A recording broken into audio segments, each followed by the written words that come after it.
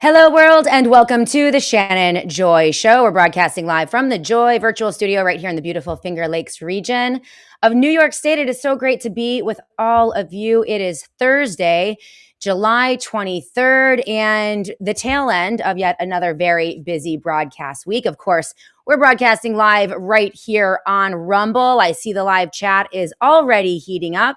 Hello, CJP Rumble, Futurez. Chronozone 777, Zen Woman, Bye Bye, Cotton 33. Great to see all of you. Among others, if you're watching on Rumble right now, smash that thumbs up button.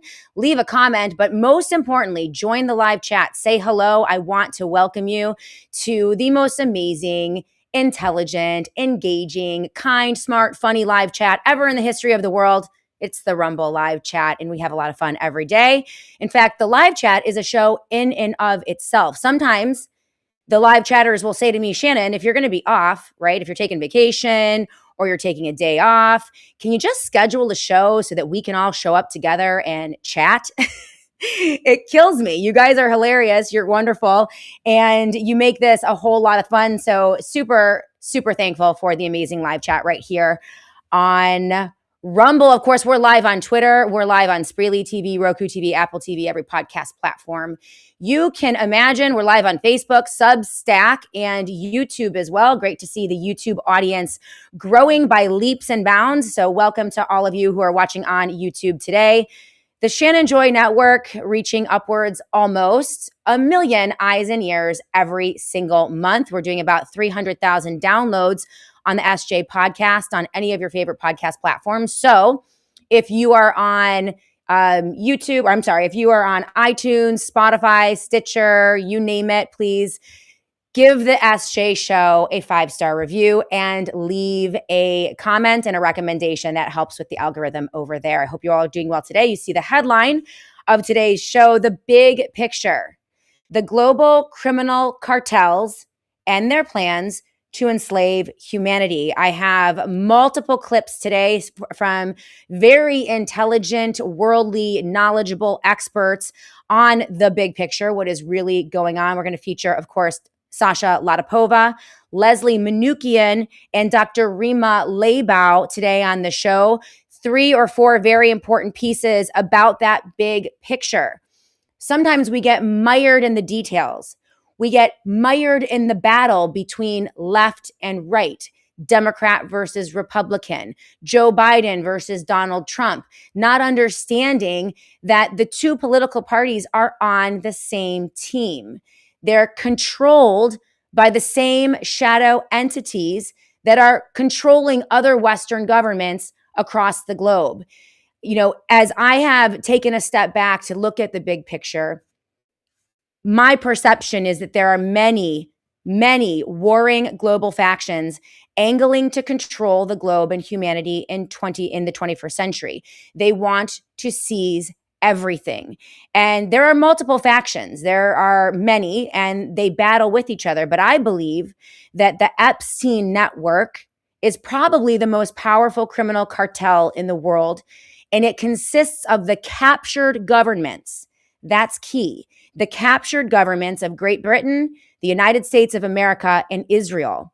They also align with the largest banking cabals and the tech corporations, the tech bros, the tech fascists.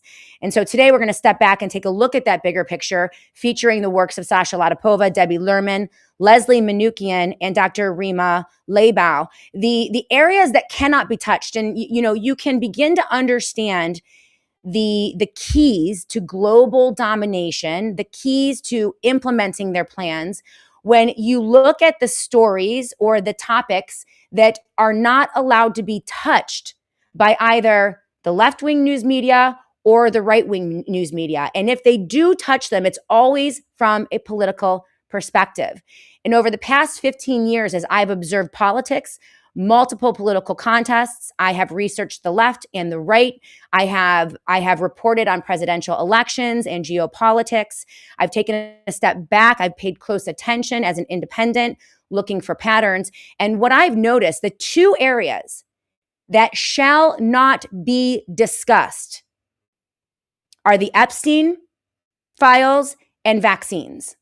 right? And this goes all the way back to 2008 when we had never heard of Jeffrey Epstein, but it was the Miami Herald who did a report on the sweetheart deal that was negotiated by the law firm of Roy Black, right? And they came in along with Ken Starr and Alan Dershowitz, a rock star team of attorneys that swooped into Florida and helped negotiate that sweetheart deal that set Jeffrey Epstein free, right? Notice that Ken Starr is the superstar criminal attorney for the right, and Alan Dershowitz, the superstar criminal attorney for the left, working together to protect the network. Not necessarily Jeffrey Epstein, but the network behind Epstein.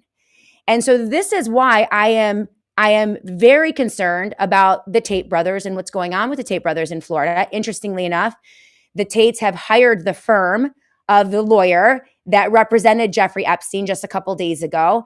And they're also enjoying the protection racket from the Trump administration, which we've discussed multiple times on this program. So you can see both political parties and left-wing news media not really reporting a whole lot on the Tate brothers, right-wing news media completely ignoring the story or using conservative Christian media to twist and distort the story of the Tate brothers to acclimate them to a Christian conservative audience, which is breathtaking to behold. So I believe that the Tate network is being protected by the Epstein network, and the Epstein network is the entity that has completely corrupted and captured the United States government, also the Israeli government and the British government as well.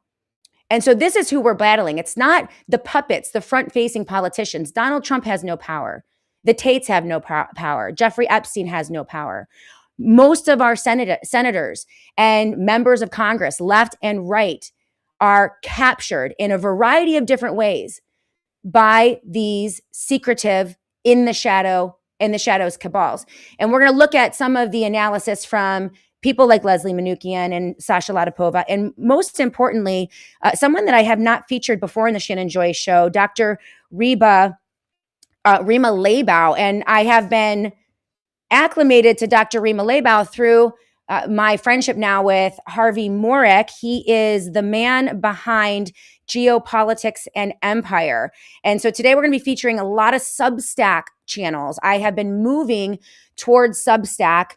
Twitter is getting insane. The algorithms are insane. The bot and the troll armies, the amount of propaganda, the fakes and the deep fakes, everything is falling apart over at Twitter. It used to be one of my primary sources. I could go in and see a whole set of perspectives from the different organizations, independent journalists that I followed, right? That's how you were delivered information. You would follow an entity, an organization, or a person, and they would pop up in your feed. Well, ever since Elon Musk took over Twitter and deployed these new algorithms, I'm no longer seeing any of the information. I never see Daniel Horowitz. I never see Sasha Latypova. I never see Children's Health Defense. I never see Steve Kirsch and Peter McCullough. All of the sources that I used to see regularly popping up in my feed are not there. I'm just being pummeled with pre-programmed propaganda. So it's very difficult right now on Twitter. I'm still using it to push out, but I'm also being severely suppressed right now, especially since I started reporting on the Tate brothers and the situation in Florida. So I am moving from Twitter over to Substack. It is elegant. It is glorious. It's beautiful. I've been growing my platform on Substack. So for those of you who are watching on Substack, thank you so much for being with me, and thank you for supporting the Shannon Joy Show. And so today we're featuring in the show notes of the Shannon Joy Show many Substack articles that we are going to go through today. And I have some great videos as well. We're going to look at the big picture, according to Dr. Rima Laibow, in an interview that she did with Harvey Morik over at Geopolitics and Enterprise. Geopolitics and Empire. I also featured in the show notes of the SJ show, my full hour interview with Harvey Morik. I'm going to welcome him here on the SJ show in coming weeks. He's absolutely brilliant. His analysis is spot on. He is independent. He is consistent. He is a believer. He is international. He was born in Croatia, lived in the United States of America, educated there, now lives in Mexico, and is just pumping out brilliant analysis on a daily basis from his platform, Geopolitics and Empire. He has a Substack page and also a website, but I linked you to the Substack page, which features my interview with Harvey. I'm going to reciprocate that and bring him in. It was a 40,000 foot vantage point discussion about the big picture. And it's very important that we slow down every once in a while, step back and look at that big picture, because we are being pummeled with so many political footballs, propaganda operations, psychological operations, insane headlines, news of the day. Right now, Twitter is going bananas with World War III, the war in Iran. Everything is ramping up. The bombs, the bombs, the bombs. I thought the war had ended. Apparently it didn't. It's just relentless. And, they want it that way. They want you befuddled and confused. They want you partisan. They want to draw you into a very isolated, type of information funnel where you're only hearing from your own ecosystem, your own echo chamber. And so, these are the tactics that they use to draw people out, to separate us and to keep us confused. And we have to battle against that. So we're going to do that today, 1:15 p.m. Eastern time. So we're going to take the big picture, right? The global agenda for enslaving humanity. It's real. It's a conspiracy. We're going to talk about it today. And as I've always said, the antidote to globalism is localism. People have all these complex solutions to these massive global cartels. Much of our power rests in just refusing to participate, refusing to comply, refusing to play the game, to take the shot, to take the digital ID, to use the digital currency, to devote our mind, our time, and our energy to their ridiculous elections, the pageantry of United States elections every 2 to 4 years. Much of our resistance comes from organization at the local level, building up parallel institutions from the local level, and refusing to comply with their tyrannical dictates. They can write all the terribly disastrous and terrifying white papers in the world about how they're going to enslave all of us, but if they can't implement it at the local level, none of it matters. And this is why the pushback against the data centers, the cutting down of all the flock machines, the resistance at the local level from Americans. By the way, everyone's suppressing that story. You won't hear about any of that on Fox News or the mainstream news media because they don't want Americans to know that they have agency, that we can stop this, that we don't have to take the digital ID or the digital currency. And so the point is, yes, there is a dastardly plan to own everything, including every human, to cull the population and implement the control of the population through vaccination, which we're going to look at with Sasha Latypova today. It's terrible. It's scary, but there is an antidote, and that is localism. And so at 1:15 p.m., I'm going to bring in my good friend and running mate, Larry Sharpe, right? People need to get active at the local level and the state level. Larry Sharpe is running for the governor of New York State as an independent. I am his running mate. We didn't get enough signatures. We tried to get on the ballot for this upcoming gubernatorial race in New York State. We did not get enough signatures, but the balloting process is insane. He's going to talk about that today. And we have some other tricks up our sleeves, which we're going to be talking about with you today as well. So again, getting active locally. I try to put my money where my mouth is. I give you guys all kinds of ideas about how to organize and get involved, all sorts of resources. Leslie Manookian is one of the most brilliant local organizers, one of the most effective organizers in the country, if not the world. She's unbelievable. You're linked to her Substack today as well. And she has a great piece about the injection industrial complex. They must protect mass coerced injection at all costs, because injecting humans is the key to culling the population and controlling birth control. And we're going to see a video from Sasha Latypova to that point. We're going to look at Leslie Manookian's piece here. And Leslie is going to be welcomed into the Joy Virtual Studio in the next few weeks.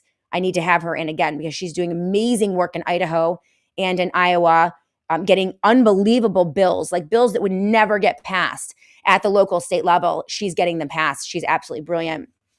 So again, the antidote, the solution to the big, bad, techno-fascist, neo-feudal globalists is local organization and saying no.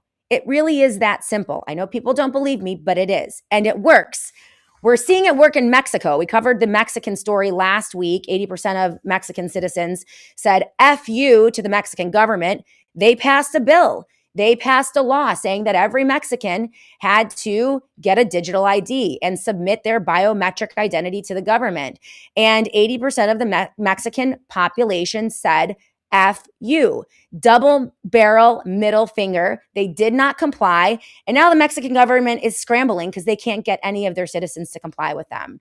See how easy that is? That's what we need to do. And we need to do it en masse, not just in Mexico, but in Great Britain and Israel and the United States of America as well. So we have a lot to get to today. If you want to see my interview with Harvey Morek, it is in the show notes of the Shannon Joy Show. Again, we're welcoming Larry Sharp at 1:15 p.m. Eastern Time on the show today. And we'll talk about that as well. But I do want to say hello to all of you on the live chat. Hey guys, how you doing? Let's smash that thumbs up button right now on Rumble. It helps. It makes a difference. If you guys are watching on Twitter right now, by the way, one retweet is so impactful. It helps to really build up the Twitter audience. So if you guys are watching on Twitter right now and you like the show, please quote tweet this show right now with a comment. Join me in the comment section. That helps to grow the show also. So let's say hello to everyone on the live chat. We have Cotton 33 with us. We have Zen Woman with us as well. Hey, Bill Benz. Great to see you today. KC12112. Hey, Shannon, that interview with Dr. Thorpe was a real blessing. Thank you so much, Casey. I absolutely adore Dr. Thorpe and the entire team over at the Wellness Company. In fact, next week, we're going to be welcoming Peter Galuli. He is the president CEO of the Wellness Company into the Joy Virtual Studio to talk about parallel institutions. One of the reasons I love the Wellness Company as a sponsor of the SJ Show, number one, they're amazing. Dr. Peter McCullough, Dr. Kelly Victory, Dr. Drew Pinsky, Dr. Thorpe. I mean, these are the people who were standing in the gap in the dark days of 2020, 21, and 22, telling the truth about the shots, about COVID-19, absolute warrior heroes. They make up the medical board at the Wellness Company, and they have a lot of input into the products and the services, and I trust them. In addition, I believe that the Wellness Company is going to become a very important entity in terms of building up that parallel institution. They are helping millions of people get a second opinion, get an emergency medical kit, get ivermectin or mebendazole. They are helping people get the pharmaceutical products that they need from doctors they trust, doctors who are not plugged into the medical industrial complex. And this is why I'm thankful for Dr. Thorpe.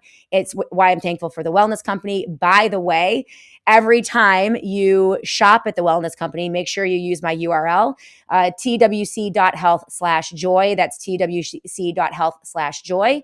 And also use that promo code JOY every time you shop, because that's how they know that I sent you. I didn't mean to do a commercial for them, but it made sense, and I do really love them as sponsors. So Peter Galuli is going to be with us next week, and you guys can ask him your questions. We have a lot to talk about. The politicization of medicine, it's grotesque, and we have to fight back against it. I think Wellness Company is going to be one of those entities that is going to help us. Hey, Zen Woman, great to see you on the live chat. There's a lot going on today, a lot going on. Again, fire hose in the face with the 24-hour news cycle. Sometimes we just need to slow down and look at the big picture. Who else do we have here on the live chat? Texas Gal Forever. I'm so glad to see you on the live chat. You look great. My profile got hacked on Twitter. I can't get it corrected, but on my phone, it is the correct profile. So I will probably just get off of Twitter because of that mess. It's just a matter of time. Elon Musk is not a warrior for free speech. And we told you that well over 3 years ago when Elon Musk used the Epstein Network backing, those same bankers, to purchase and facilitate his purchase of X. He is now using X to control speech. He is using X to control narratives. He's using X to subvert the efforts of freedom warriors and medical freedom warriors. And it's only devolved since he took over. And so, once again, tragically, we were right about that here on the Shannon Joy Show. So thank you, Texas Gal Forever. Mama C 1996, great to see you. Who else do we have here on the live chat? Ooh, big show with Marjorie Taylor Greene yesterday. If you missed my show with Marge, I hope I can call her Marge. I feel like me and Marjorie Taylor Greene should be friends. I just feel like we should be friends. She's so much fun. I want to call her Marge. I don't know if people call her Marge, but she's amazing. I only had 30 minutes with her yesterday, but man, she came ready to play and she brought the heat on the show yesterday. In fact, I do have a clip. Thank you to Sense Receptor, one of my favorite video aggregators, not only on Substack, but also on Twitter as well. He pulled this clip from my show with Marjorie Taylor Greene. She's on fire. This is the way, guys. Take a look at this video from Marjorie Taylor Greene yesterday. If you haven't watched that show, go back to my show yesterday and take a look. But here she is. They're talking about boycotting, federal elections, which I actually think might be a good idea. To be, not all. I totally agree. But what is there to vote for at this point? Why pay taxes? I'm for a full political revolution. I think it's necessary. It's the most American thing that we could do. Have a full political revolution. Why pay taxes? I mean, we're not even mandated to do it anyways. I love it. That's a whole nother lie that there is. I love it. I would love to have you on. I saw that you had an interview with another fellow who I interviewed years ago about a tax revolt, essentially. And Payman Mataheda. Payman Mataheda.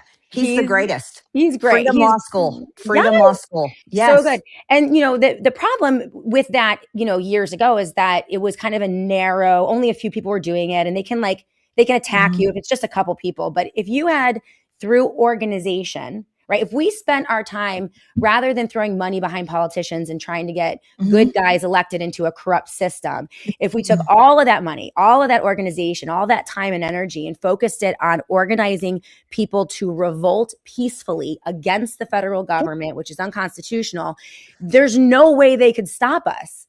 No. There's no way they couldn't. If 5,000 Americans got together and didn't pay their taxes, what are they going to do? They can't do anything with it. Well, let me tell you, Payman Mataheda from the Freedom Law School, I'm going to plug him so hard because let's go. I think this guy has got it right. He has not been paying federal taxes for over 30 years. And Payman Mataheda has never gone to jail. Wow. No. That's interesting. Exactly. And there's many people like Payman Mataheda from the Freedom Law School. I'm going to say it over and over again. Freedom Law School. Just look it up. They have a website and you can educate yourself on the entire process. As a matter of fact, I was shocked to learn that the only people in the United States that are mandated to pay federal taxes are the residents of the District of Columbia. Let's go. Let's go. I don't live in the District of Columbia, neither do you. That's wild. No, you're exactly right, Shannon. The way to stand up against this is to say we don't want to participate anymore. You guys have screwed us over in so many ways. We're nearly $40 trillion in debt.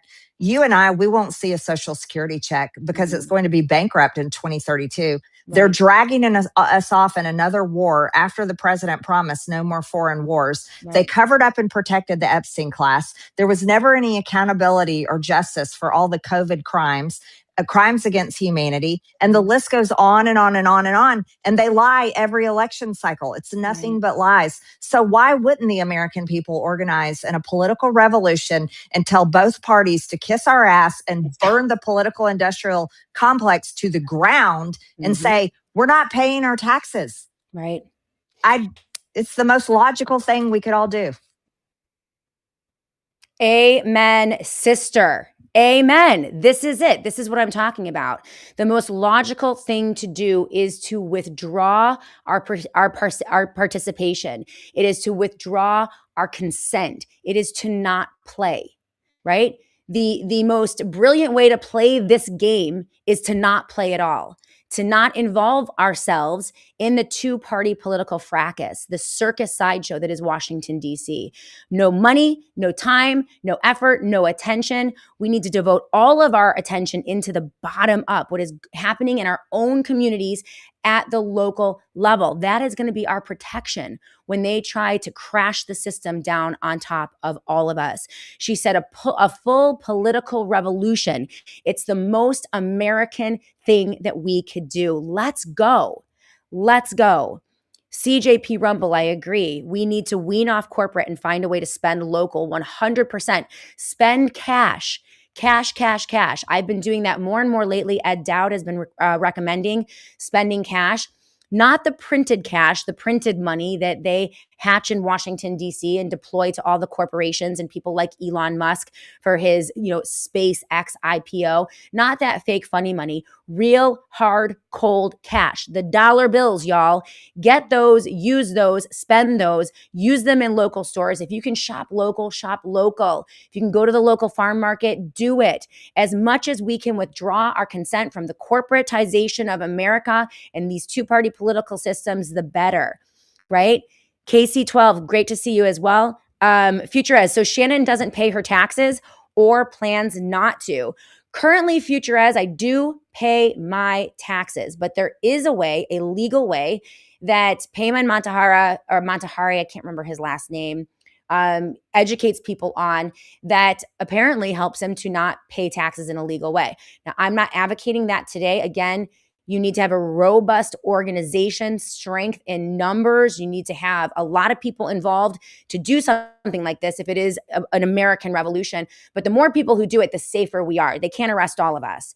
And so we will need a critical mass. And that's why I say organization is the first step, and then we deploy. So it is, absolutely, I think, a viable option, and I'm here for it, right? Texas gal forever. I live in such a rural area that I have no real choice of shopping local. Just do as much as you can, right? I mean, it doesn't have to be everything. Just as much as you can. A little bit really counts. Ollie Robin 9. This is how the country started in the first place. Zen Woman, barter. I'm a huge fan of bartering. And yeah, it's great. So yes, congratulations. Amazing ideas from Marjorie Taylor Greene.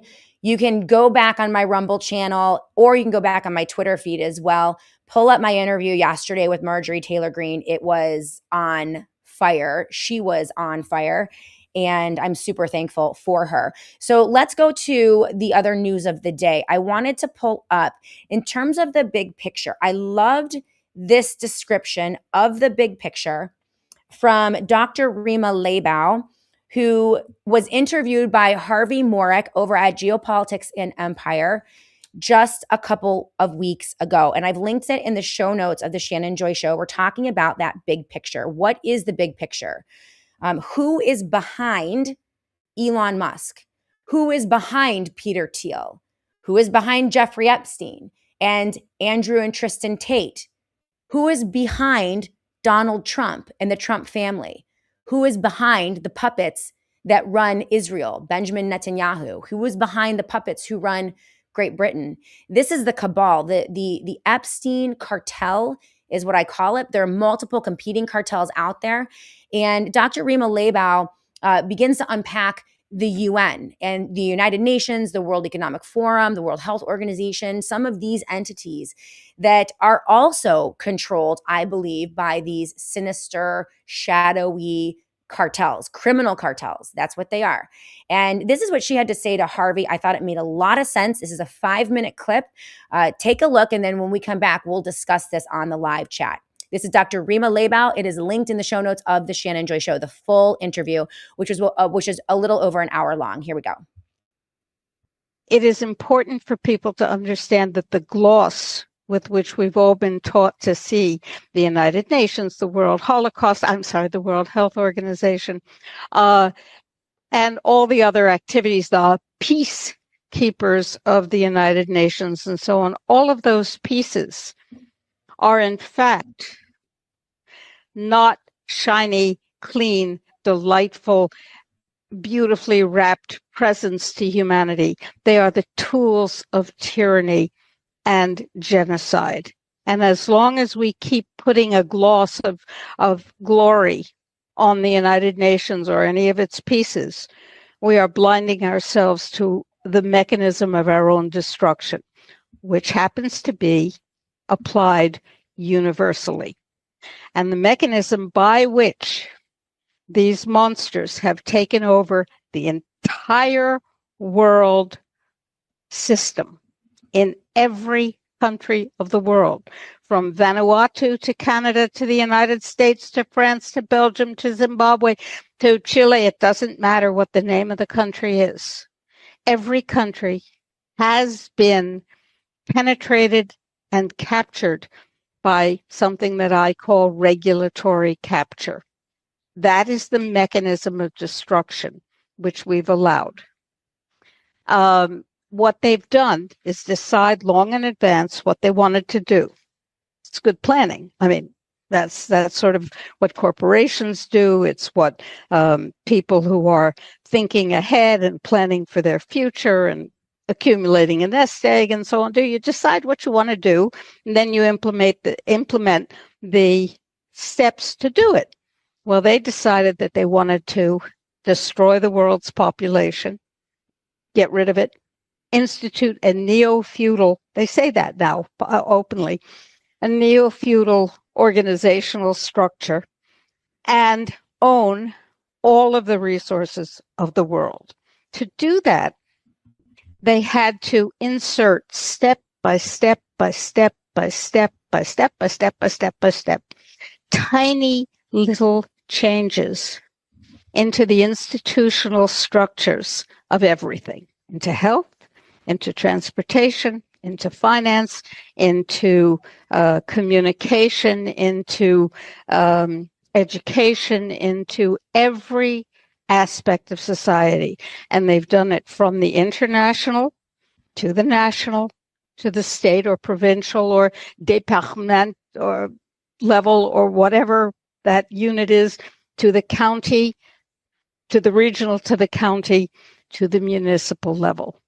And they have worked brilliantly to insert guidelines and policies and programs and private-public partnerships and programs and opportunities and availabilities to control the outcome, to give themselves permission to do whatever they want to do. And in fact, that's what we're seeing now, because we are now in their end game. And unless we undo the regulatory capture, which is not sexy, which is not something that immediately catches the attention, the way some other supposed solutions do, unless we do the hard work of doing that, we have no chance of survival. So how do we do that? Well, it just so happens, in my analysis and my estimation, I could be wrong, of course, at any moment. Any of us could be working on fundamentally flawed premises, and therefore our conclusions are wrong. But in the best analysis that I'm able to come up with, there is one country in the world that has one chance of doing that right now, creating a reality in that country and a space for other countries to flow into, like the wake of a large boat. And weirdly enough, that country, in my estimation, is the very home of globalism, the dark heart of globalism. It's the United States. How weird is that? How brilliant is Dr. Rima Laibow? That was an interview with Harvey Morek over at Geopolitics and Empire, and she nailed it. The heart of the darkness is in the United States of America, our captured government. That's why the Epstein files matter. That's why the Epstein Network matters. That's why what we're witnessing in Florida with the Tate brothers who are being protected by the Epstein Network matters. That's why it's critical that we understand that Trump has no no agency. Biden had no agency. McConnell had no agency. Congress has no agency. They have been captured by a dark and sinister force that Dr. Rima Laibow laid out so incredibly brilliantly. But she said here in the US, we can fight it, and we can. We're seeing it. We're chopping down the flock cameras. We're going up against the data centers. We're continuing to call out the psyops. We're continuing to call out the fake news media cycle, the fake political process, the fake democracy that we're engaging in. And she lays it out brilliantly. Now, she talks about regulatory capture. This is the minutia. This is one little policy after another. And let me tell you, after reporting for 15 years on Agenda 21, Common Core and the rollout of the Common Core global education standards, reporting on Agenda 2030 and the Great Reset, reporting through COVID-19, the dark days of the lockdown and the shutdown, which kicked everything into place and accelerated this entire process, which they've been building over the past 30, 40, maybe even 50 years in earnest, right?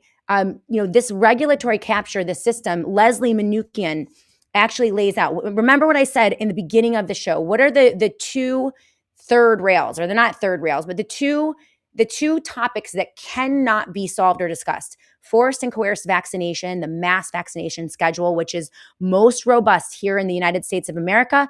And by the way, here in the US, I think that we are the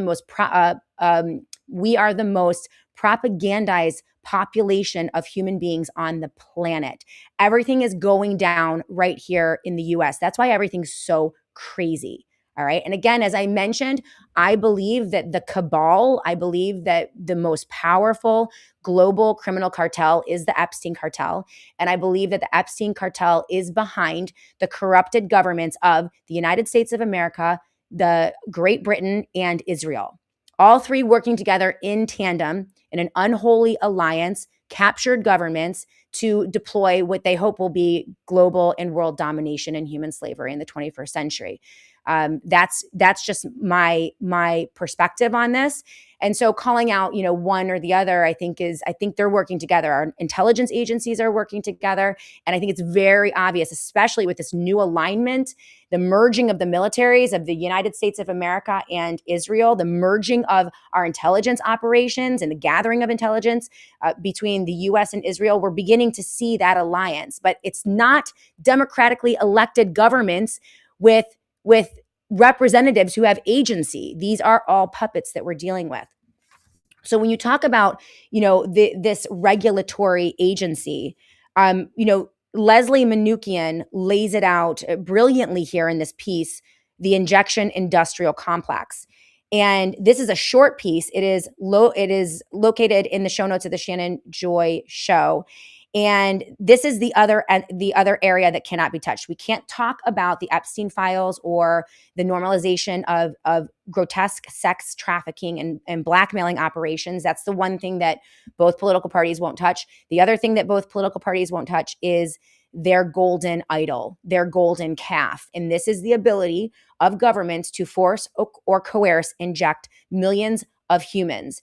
Why is this important? Because that's how they make them sick and kill them off. And that's also how they control birth rates and population growth. It's grotesque. It's disgusting, but this is why they protect it.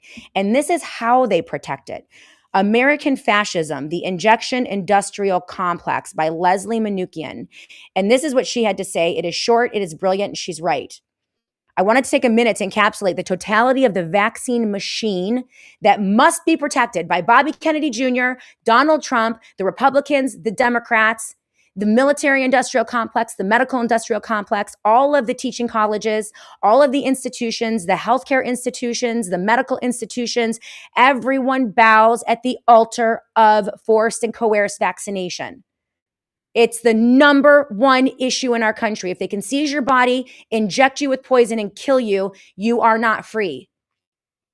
And this is what she says. To sum it up, the federal government licenses injections on the basis of sham clinical trials, lacking a genuine placebo or proper control group.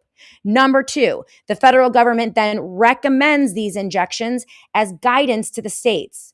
Number three, the states then pass legislation mandating said injections as a condition of entering preschool, elementary school, middle school, or high school. Number 4, the federal government protects the injection makers and those who inject them from virtually all liability from any injuries and or deaths caused by the injection. Number 5, the federal government uses your tax dollars to purchase shots for underprivileged kids, making the federal government the largest purchaser of those injections. Number 6, the federal government places responsibility for monitoring the dangers of these injections with the same agency that promotes them. Number 7, the federal government then owns patents on dozens of injections, posing an inherent conflict of interest as they rake in tens of millions, tens of billions of dollars every single year. Number 8, the federal government allocates research funds to shore up the claim of safe and effective and ignore the mountain of independent studies in science proving otherwise, that no, injections are not safe and effective. They never have been. In fact, they are dangerous to large populations of humans. The federal government then determines what qualifies as an injury and then vigilantly eliminates previously acknowledged injuries. The government then uses your tax dollars to set up a special secret court in the basement in Washington, D.C. to adjudicate injuries and deaths and denies virtually all of them. These special courts allow no due process whatsoever or discovery. The federal government then employs special masters, not judges, not independents, but special masters instead of proper judges to adjudicate the claims, and pays guns for hire to defend the government programs, all paid by your tax dollars. Then when the government, in the unique case that they actually approve a claim for injury and death, the government then pays out that claim using your tax dollars, a vaccine tax of 25% that you pay or your insurance pays every time you submit your child or yourself to one of their injections. It's insane. Number 12, when the injections kill a child, the state then blames the parents or arrest the parents, as we've seen in Idaho, where a mother of an infant has been arrested because of a vaccine that killed her 2 children. She's now sitting in jail. Unbelievable. So when the injections kill your child, the state blames the parents, not the pharmaceutical product, for the harm and arrests the parents. So the parents who've already suffered an unimaginable tragedy are up against a government court staffed by government-paid special masters and attorneys with no due process, defending a government-licensed and government-mandated product for which they blame the victims for harm. That is the apparatus. That is the regulatory capture in its full essence, as described by Dr. Rima Laibow. That's how they do it. And they've done this over 100 years. They did this. They set up this vaccine industry that is killing and maiming millions of Americans and children every single year, over 100 years, little by little by little, one mandate after another, one piece of legislation after another, one capture of a regulatory agent after another, one capture of a teaching hospital or a medical school after another, one capture of a medical journal or a science journal after another. Little by little, they have built this massive apparatus so that they have the ability to poison millions upon millions of humans at any given time.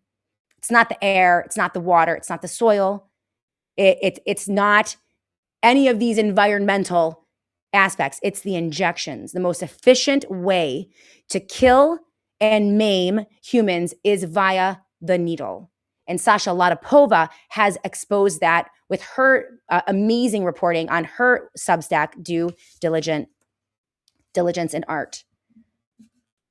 And so that's the one aspect. We see the apparatus, the criminal cartel. They need to protect the pedophiles and they need to protect the vaccines.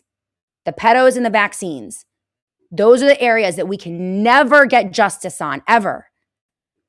And we need to change the conversation. We're going to go to a quick break. When we come back, we're going to bring in our good friend, Larry Sharpe, because in order to battle the globalists, we need to get local. And we're getting local in New York State. I'm getting local with Larry Sharpe. I do want to take your comments and your questions as well. So let's take a quick break. When we come back, we will be joined by the amazing Larry Sharpe right here in the Shannon Joy Show. Hey everyone, I am so proud to recommend Shift Gold to my audience as the gold standard for metals purchasing and investing. I couldn't ask for a better partner to help people understand gold and silver and use them as a strategic instrument to protect their family's financial future. Peter Schiff's teaching on markets has shaped my understanding of how economies grow and why they collapse. And I have used him as a critical source for my daily broadcast for over 10 years. The Shannon Joy Show audience already knows and loves Peter because he has been such a treasured educator over the years. He is now the preeminent source for rock solid financial analysis all over the world. And this is because he understands the immutable laws of natural markets and his stalwart unwillingness to veer from the absolute truths, regardless of economic fads and political pressure. Bottom line, he doesn't sell out, and that means a lot to me. I trust Shift Gold, and you can too. Go to shiftgold.com/joy today to get started. You'll find some of the lowest spot prices on gold and silver and critical information on protecting your retirement savings with a gold and silver IRA. That's www.shiftgold.com. Hedge against the chaos with our friends over at Shift Gold. All right, make sure that every time you shop at the satellite phone store, sat123.com/joy, joy, that is sat123.com/joy, you are using the JOY promo code. That is going to get you at least 10% off your entire order. And if you're looking at products like generators or solar panels, if you're looking at a satellite phone and you're going to get a satellite phone subscription, those could be upwards over thousands of dollars. So that 10% discount is going to be huge. But they do have the entire line of Faraday products, the dark bags. So these are amazing. The Faraday technology not only protects you from harmful EMF radiation, but it also protects your phone from an EMP attack or any type of breakdown. So great products. The Faraday collection also shields you, protects you from the prying eyes of the federal government or the big tech bros. That's right. When you drop your phone or your device into a satellite phone store Faraday bag or backpack, you're off the grid. You are untraceable. They can't find you. And it gives you that added element of privacy while also protecting you from those harmful EMF radiation rays. So just really great technology, the best out there, and at the best prices when you use that JOY promo code. So sat123.com/joy. That is sat123.com/joy. I never planned to start a skincare company. I was just trying to help my family. We were dealing with skin issues that conventional products simply were not fixing. And the more I researched, the more I questioned what was actually in the products we were using every single day. As a mom, I couldn't ignore it, and I became deeply concerned about our constant exposure to endocrine disrupting chemicals, especially in products we were putting on our skin and on our children. So I started making my own. That's how North Idaho Tallow began. Today, I handcraft every product myself in North Idaho using thoughtfully chosen ingredients like grass-fed tallow, jojoba oil, and pure essential oils. You will never find synthetic fragrance oils in any of my products. Everything is made in small batches, filled by hand, carefully weighed, because my standard is simple. If I wouldn't use it on my own family, I will not sell it to yours. What started as a way to care for my family has grown into something I'm incredibly proud to share with yours. This is North Idaho Tallow. Traditional ingredients, thoughtfully made, no compromises.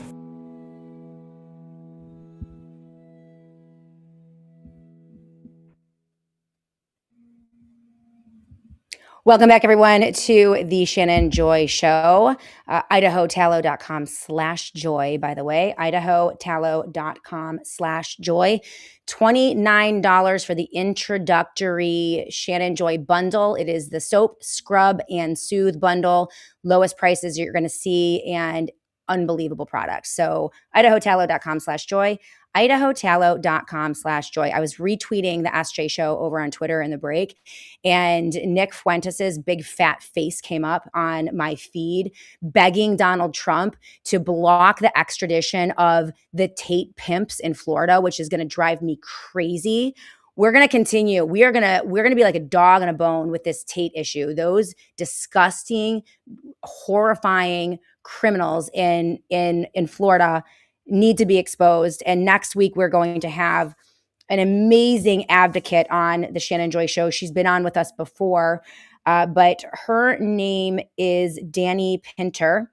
She is the attorney for multiple victims, one of the civil cases in the United States of America against the Tate pimps.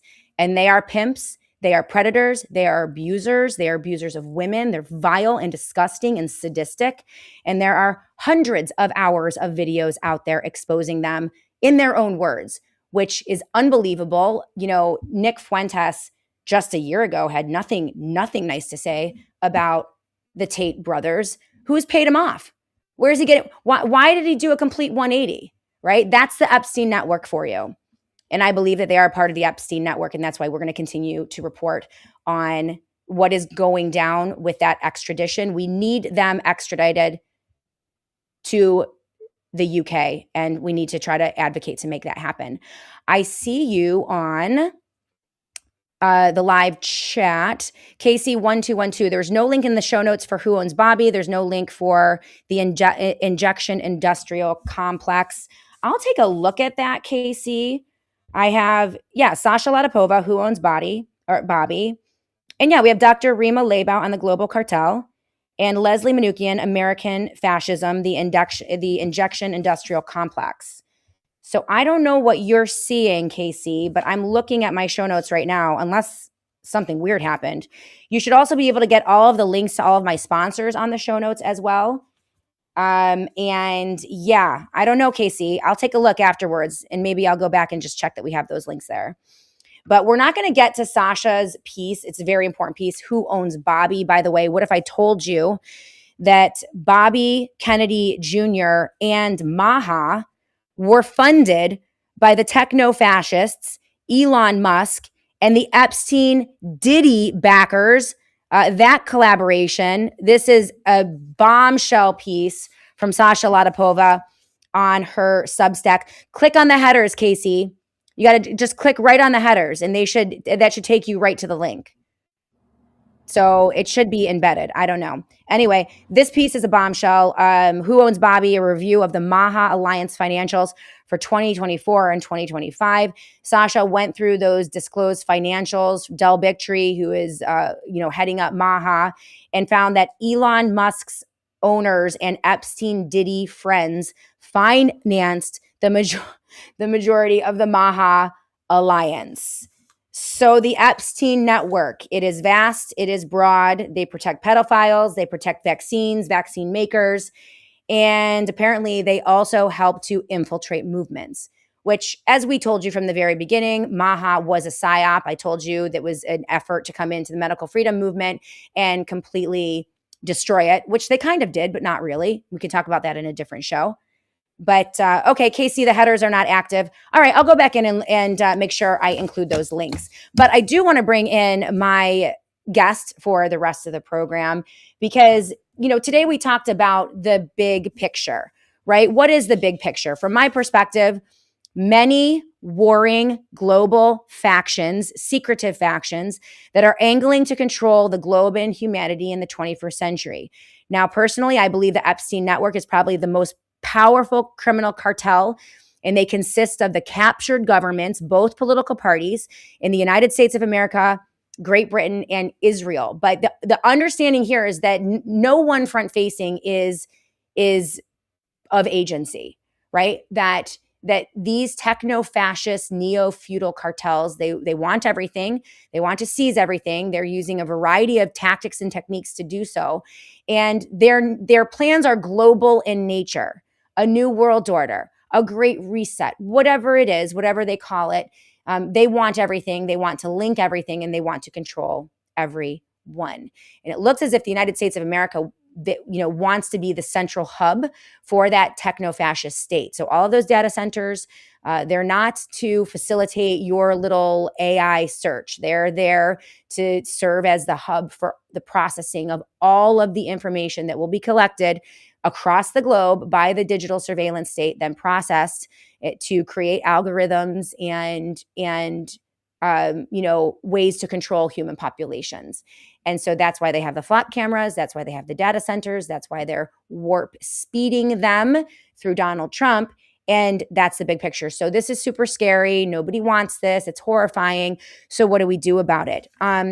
The answer is not to elect more of the same corrupt people and put them in Washington, D.C. The answer is, as Marjorie Taylor Greene said yesterday on my program, to destroy the entire system, to launch a political revolution.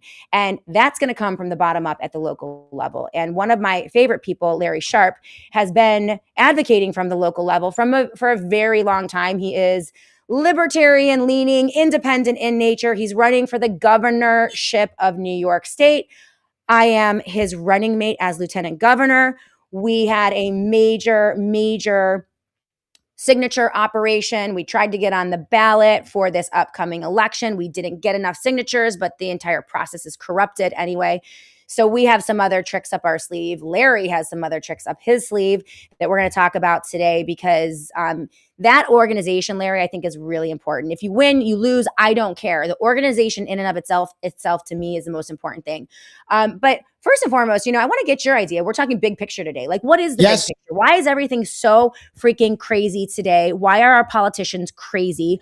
Why don't we believe anything ever again? All true. Let me grab a couple things. Number one, you are totally correct. It's not good that we don't trust our institutions. I understand why we don't. They've given us many reasons to not, but It's not a good thing. We should, in a perfect world, trust our institutions. The only way we're going to do that is through insane, crazy, just transparency for years. And the problem is what you're talking about earlier. To do that, a lot of people are going to have to go to jail. Mm-hmm. A lot of people are going to have to see things that they don't want us to see. But that's the way. If we would actually be able to give total transparency for probably a decade, Shannon, it's not going to be a minute. It's going to be a while before we'd ever trust them again. So we'd have to do that. But to do that, a lot of people are going to have to run away or be imprisoned. And you know what? I'm okay with either. Just go. Get away. Let's go. I'm happy either way. Now how do you do that? Larry, the founders and the framers of the Constitution, though, were not trusting of institutions. In fact, their baseline was to never, ever, ever trust any institution or any power structure. And that's why they came up with the separation of powers, the multiple branches of government. They separated power horizontally and also vertically through the three branches of government, but also using state, municipality, and local governments to diffuse power. So don't you think that we should always have a bottom line of distrust? I mean, that's what I teach my kids. Agreed. But I want to go to institutions. This is the problem, though. The institutions that you're talking about, that we talk about now, are usually government institutions. They didn't like government institutions, but they love things like colleges and local community groups, right? When colleges were private, when community groups mattered, when you had civic associations, those are also institutions. Sadly, our government has stepped in so much that community is dying across the entire country. Community is the key. Community institutions also matter. We should trust our Chamber of Commerce. We should trust our Knights of Columbus. We should trust our Elks Club. These all should be, and again, I'm talking should, these are all things that we should care about, but the government has stepped into every single one of those aspects. The government steps in, corrupts them, takes them over, and then we don't trust them. So that's what should be happening. But there's a reason why we don't trust it. It's because we're forced in what you talked about, this left-right paradigm. MTG talks about it. Thomas Massey talks about it. So now here's the problem. I don't want to care about anything because if I don't vote Republican, that Mom Donnie is going to control the world. Or if I don't vote Democrat, evil Trump is going to kill my kids, right? So all I care about is voting for the opposite, because if I don't, the world is going to end. But here's what's happening. The world is ending. You are right. It's going anyway. It's just going slower than one might expect. It's a slow decay versus overnight. That's the difference. I would like us to change it. Your point earlier about being local is key. I see people in your chat saying, I don't want to trust any institutions. But what if they were your institutions? What if you had created them through your family, through your community, through your world? Well, you might. And that's what it's supposed to be. It's supposed to be a localization. So why I talk about this is when you and I run for office here, if we are able to get in the ballot, and we have a lawsuit now coming in progress, I hope by next week we'll put it in, a federal lawsuit, constitutional. Okay. If that happens and we win, we will get in the ballot. And when we get in the ballot, here is what I guarantee. Okay. I guarantee this. If we get in the ballot, we will have a coalition party in New York State. And what will that mean? That means local people across this state can run not in the two-party system.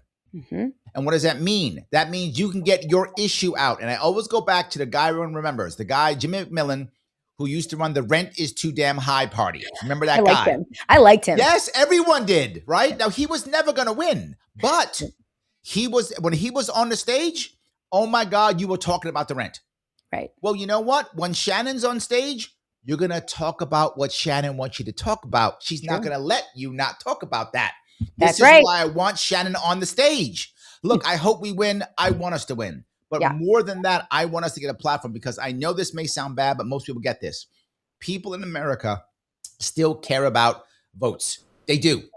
The reason why MTG can make an impact, the reason why Thomas Madsen can make an impact is because they won votes. Right. That's why America just looks at that and goes, okay, they won votes. Let's listen. Mm-hmm. When you and I win votes, they will hear us. I hope they'll change their minds, but they'll hear us. And more importantly, local people will have hope. And I know this is true. You remember in 2018, you supported my campaign in 2018. That's when we had a Libertarian Party in 2018. In 2019, we had 107 local victories. School board, DA, city council. Shannon, we can do it again. We get ballot access, and now we start taking control of school boards, DAs, all those things. And when it happens, they have hope, and we start making actual change. The people at the top are not going to do anything unless they feel like they may lose their power. We must challenge them. Well, and we're challenging in the most corrupt political arena on the face of the planet, New York State. So, New York has been long known as absolutely corrupted. Both political parties play for the same team. They have for quite some time. The Democrats dominate, but the Republicans enjoy their second place finish. They have lots of power. They have lots of contracts. They have a seat at the table for lots of money. And so there is a power sharing arrangement happening in New York. That's why we have, descended here. And so what Larry and I are trying to do, and to reiterate your point, I don't trust the vote. I'm calling for a nationwide boycott of federal elections in 2026 and 28. That's what I plan on doing. I'm not boycotting local or state elections because I think that they're a little bit closer to the people. But regardless, even though I don't even trust New York state elections, to be honest. But my point is this: just being on the ballot, just having a voice, the activity of going and earning votes and gaining votes, even if it's rigged, is valuable, because that 100%. Brings people together. It builds a network of coalition in county, across county, municipality, across municipality, and it organizes people. That's the value that I see in this. And when, Larry, you asked me to run as your running mate, I knew it was a long shot. I understand this is a huge long shot. But the power of organization is going to be critical when things really fall apart. Yes. There are going to be opportunities for us to squeeze through and get something done. But you've got to have that infrastructure in place. And that's why I want to continue this mission with you, Larry.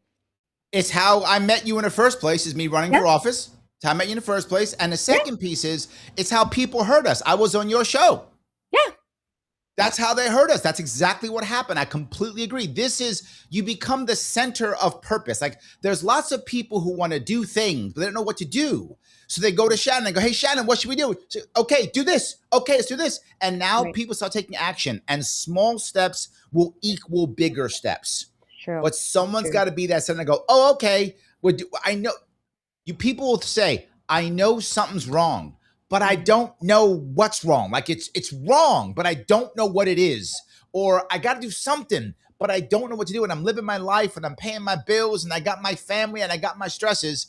And now someone goes, you know what? let's get behind this campaign. That's something. I'll meet some people. We'll start moving forward. And again, there's a lot of people who are kind of asleep, who just don't get it. Or worse, they can't imagine what you said being true because it's so horrible. They don't want to imagine that there's a system of people who would actually protect pedophiles because it's horrible. So they don't want to believe it.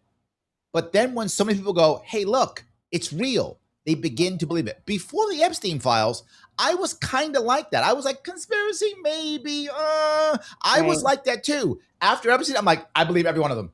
Yeah. I believe every one of them now.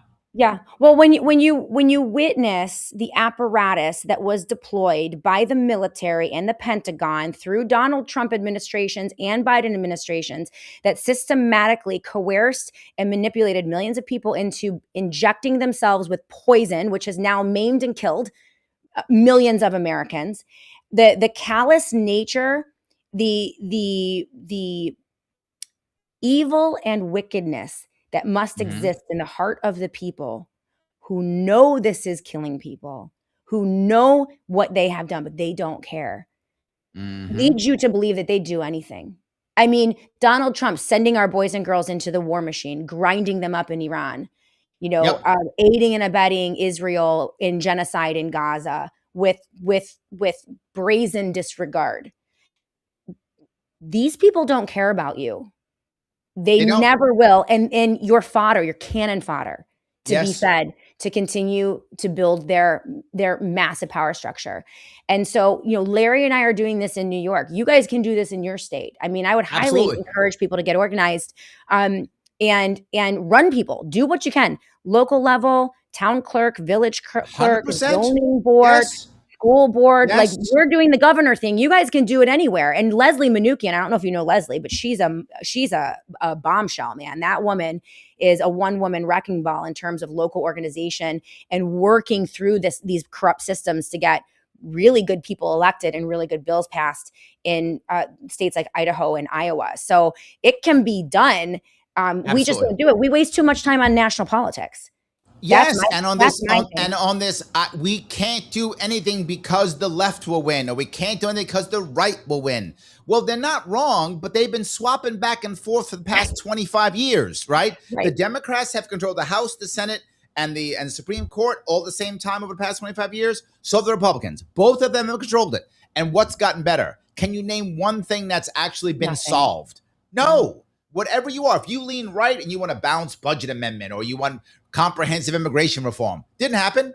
If you're lean left, you want whatever, Medicare for all, or codification of Roe v. Wade. You don't get that either. So no matter what you want, you don't get. What you get is constant fighting, constant decay, and no change. The answer is getting people to see you as valuable. And that piece is, sadly, it's getting votes, it's getting in the public eye, and they go, damn, you know what? This is going to happen. There's an old saying. It took her 10 years to become an overnight success. Right. So yes. True. And that's going to happen. At one point, people are going to go, who the hell is this Shannon Joy? Why haven't I heard of her before? Well, why haven't I heard of her before? Oh my God, she's amazing. You know who just said that, Larry? You know who just said that? Alex Jones. He goes, where did you come from? Yes. He had me on his show. He's like, where did you come from? You have to guest host my show. It took you 10 years to become an overnight success. Exactly my point. Right. Yeah. And I'm lucky. I'm blessed. I've known you for 10 years. So I'm lucky. I'm blessed. Yes. Well, you are very kind, but right back at you. I mean, you have been diligently pursuing the same liberty oriented agenda, corruption bashing agenda for 10 years. And that's why I felt very comfortable aligning with you. We have some questions from the live chat that I want to pose to you. But first I want to give us the details about the lawsuit. So just to fill everyone in, Larry and I embarked on a mission to get enough signatures to get our names on the ballot for the race for governor in New York State coming up this fall. We fell short by many thousands of votes. Very difficult endeavor, but we worked very hard at that. Now, one of the reasons we were unable to achieve those benchmarks is because New York State has made it virtually impossible. Not virtually, impossible. Virtually impossible. For anyone to penetrate that left-right paradigm in an independent way. So you are now pursuing, you've had some really great victories in the past couple of weeks. You've been able to get this federal let lawsuit me touch funded. a couple of these things. Tell us all about it. Number one piece is in 2018, I was able to get over 30,000 signatures. In 2022, over 40,000. This time we couldn't break 5. Why? Because no one believed we can do it because we didn't last time. We did 40,000 and they gave up on us. I couldn't get people to actually to care. I couldn't get people to give us money because people said, why am I doing it, Larry? It can't work. The system was so harsh and so strong. It broke people. It literally did. They were like, we can't do it. I couldn't find enough donors to do it. I couldn't find enough people to do it. And here's the worst part. The Republican Party went out of its way to stop me. They literally, Democrats didn't care because they know they're going to win. So they don't care. The Republican Party was like, no, we have to come in second, not you and Shannon. So we have to make sure we come in second. So they literally told people who would have helped, do not take money from Larry Sharpe. If you do, we will never hire you again. Wow. Oh, yes. I had business owners say, Larry, I can't put your sign in my business because the Republican Party came by and told me it's, quote, dangerous. That's their words to me. Happened everywhere. So they couldn't do it. So I've used this as an 8-point plan, eight arguments to the federal judges to say why this is impossible. Right now, in New York State, we are the only state in a union in 2024 that had no independent candidates on the ballot for president. None. Bobby Kennedy Jr., like him or love him or hate him, doesn't matter. He should have been on a ballot. He should have been an option. He's a Kennedy. He spent $1 million. He can't be on a ballot? That's interesting. I don't want to gloss over that. So the Kennedy campaign during the presidential election spent $1 million in New York State to get on the ballot. And typically that's like they bring in professional companies and it's like a no-brainer. It happens. And even with that initiative, they found a way to kick him off of the ballot in New York State. So, we're up here against comes the next part that's important here. Got people like MTG, people like Thomas Massey. What if they want to run independent in 2028? What if they want to make that run? I'm not saying they are, but what if they decide to? They should have the right to if they want to. They can't because New York State would not allow them unless we win our ballot access lawsuit. If we win our lawsuit, we will have ballot access and we can say, hey, you want to run independent? Take our line. We can do it. Otherwise, they can't get it. Since they changed the rules in 2020, no independent candidate has gotten on the ballot.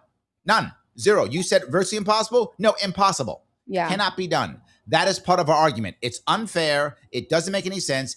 And here's the outcome. Imagine if there was a law that say every time a woman tried to get on the ballot, she couldn't get on the ballot.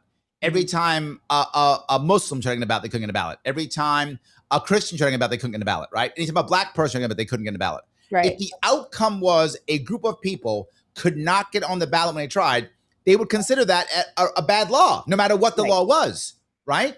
Imagine that. Well, we have it. No independents can get on the ballot. It is by default a bad law. If we win this lawsuit, and I think we will, I feel good. Lawyers tell me we will. Really? We win this lawsuit. Yes, I'm feeling good about it. Okay. Shannon, you and I are going to be on the ballot. We're going to have a party next year, and we can now start. You can now on your show start saying, do you want to run for office? Give me a call. I'll help you get in the ballot with my party. Lair, listen. When I agreed to run for lieutenant governor, I was like assuming that we wouldn't get anywhere with this. I was like, yeah, let's do this, that would be crazy. Oh, that no. Be, I already had, really I dragged you in on purpose. I know you did. For those people who don't Kicking know, and screaming. I've been chasing Shannon for years. She finally said yes because she thought we weren't going to do anything, and I tricked her because we actually might get something done. There's here. no way we're gonna come on. Yes. There we go. Yeah. But you had this plan in place that, this has been something that you have been looking at doing. I think it's absolutely worthwhile. And that's exciting news. So we're going to keep an eye on this. We do have some questions here for you. Please. And then towards the end, we can tell everyone how they can help us. And we would appreciate if you guys helped us here. LarrySharpe.com, guys. If you're interested, LarrySharpe.com. That's right. Okay, so let's go to, hey, P. Vecchio, appreciate your donation. That's awesome. Mm-hmm. You guys can donate right here on Rumble, by the way. Like, I see donations pop up every once in a while, but that's pretty cool. $1.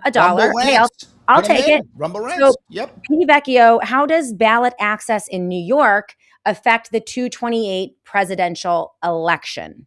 Yes. if right now there is no chance of any independent candidate being on the ballot in all 50 states.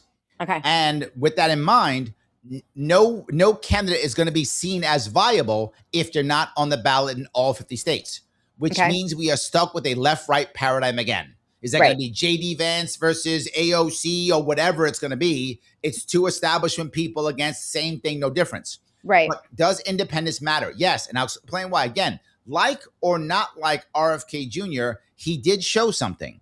If you get enough movement, 5%, 6%, people will pay attention. Yes, they will. That's the key. They'll pay attention.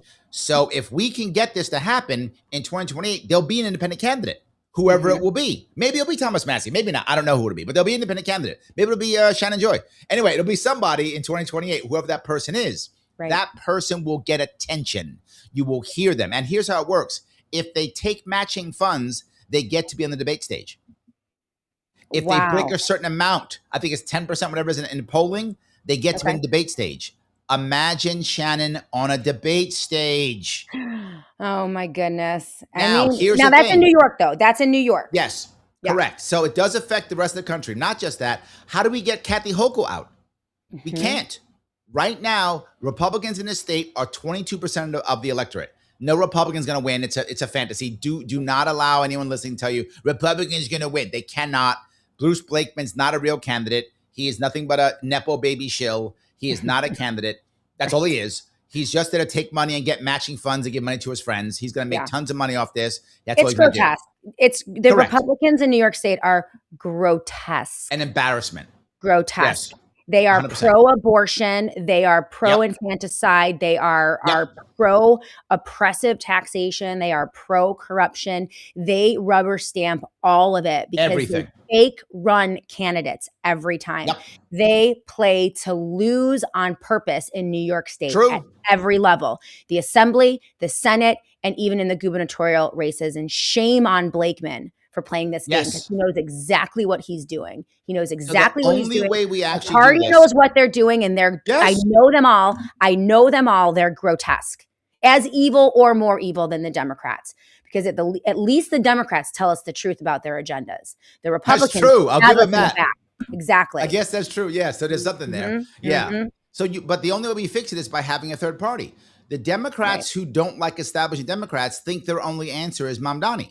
They can't imagine anything else. We have to show them something else. Republicans who say, hey, I guess we got to get behind Blakeman, don't know anything else. We have to show them that there is something else. And the independent party does that. That's why it affects elections at every level. But more importantly, what happens when independent parties start winning locally? Because locally they can, to your exact point. What happens when we get 2 or 3 independent assemblymen, 2 or 3 city councilmen, 2 or 3, DAs, whatever. They're independent. Imagine an independent DA who actually went after corruption. Yeah. Wow. Right? Imagine an independent DA who actually went against corruption, who would support a sheriff. Because right now, sheriffs are also stuck in the same issue. Imagine if you had that. Go ahead. Here's an interesting question that is kind of along the lines. Buskman, I see your question about the sheriff. It's not really applicable to today's show, but it kind of is, I guess. Right? What are we talking about? The big bad problem of globalism and ubiquitous corruption, competing cartels, criminal cartels that have global power and want to seize everything and suppress humanity. Like, I think that's the big picture, right? So how do you fight them? My theory has always been localism. It's always been bottom up. They are only as powerful as their ability to implement their global plans at the local level, period. True. If you have a local zoning board and a town council who get it, then there's not going to be a data center in your backyard. There will be no SWAT cameras in your city, right? Correct. So they need buy-in at the local level. This is why localism is so incredibly important. And so I guess, Buskman, this is a perfect question because many people believe that Benjamin Netanyahu is corrupt. We are concerned about the merger of U.S. and Israeli militaries and intelligence. This just passed in the NDAA, which is atrocious and outrageous. Treason, in my opinion, from our elected officials. And Buskman asked this question, and this brings the sheriff in. This is how powerful localism could be. He said, Shannon, the sheriff any sheriff, has the Mhm. power to arrest Prime Minister Netanyahu for international war crimes charged against him when he comes to New York State in September. Larry's thoughts on that, right? Like, Okay, a couple go things ahead. to understand here. The sheriff is very special. People don't recognize how special the sheriff is. Mhm. The sheriff is the only law enforcement officer that's elected. Right. So he can't just be fired. Police Right. chief can be fired. Cops can be fired. Local police force can be fired. Sheriff cannot. Right. So that's why sheriff has extra power and why he says that. That's true. Could the sheriff decide to arrest? Could. The sheriff could. The Yeah. problem is if the sheriff arrests, the sheriff has no ability to then hand him over to anyone. The Right. sheriff would have to hand him over to the feds. Once the Mhm. sheriff does that, Trump would go, pardon, get away from here, and Right. would probably put charges against the sheriff. Yeah. Now, Might the be a fun problem is, exercise. Maybe we should I try. think it'd be amazing. But here's the problem. The sheriff would have to decide that he doesn't want to run again Yeah. because the party system would destroy him in the next election. Right. So the sheriff has to say, I don't care. I'm not Yeah. going to run again. I'll Yeah. arrest him. So you're asking a sheriff to not just potentially maybe get charged against him, which wouldn't go, but would affect his career, but Right. would end his career completely. It could be done, but it ends his career completely. Right. And it doesn't work because he has no ability to send him over. He will have to give him to the feds, and the feds will let him go.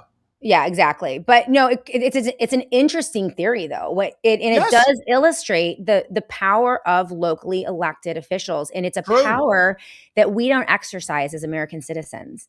We are so I'm with you. I enamored. think Busman's correct. It could be done. I think you're correct. It would be great for publicity, Yeah. to get people to know. But Yep. you then are asking someone who is a sheriff who's already part of the system Right. to not be part of the system and then sacrifice their career. Right. Great idea. I'm not mad at it. It's just very tough to do. Very tough to do. Well, you would need someone who is willing to make a great sacrifice. Correct. So they would have to be willing to sacrifice their position, their life, their liberty, right? Yep. And also their fortune. So Correct. now that would make a great patriote, wouldn't it? If you would. found someone like that, not many people are willing to do that. But I do, this idea of, and I hope the audience understands like a theme in a lot of my analysis when we're looking at all of the problems and then how do we solve them. Very often, my theme is that you try everything that you can. You don't go into it just assuming you're going to win or assuming it's going to work. You go into the battle assuming that you can either organize through it or platform an agenda through it, Yes. or gain Yes. publicity through it, right? So you Yep. do things in order to shove an idea into the fore and expose it to the sunlight so that people can see what's going on. And that has the impact of beginning to grow those coalitions, right? More and more people get to see the corruption.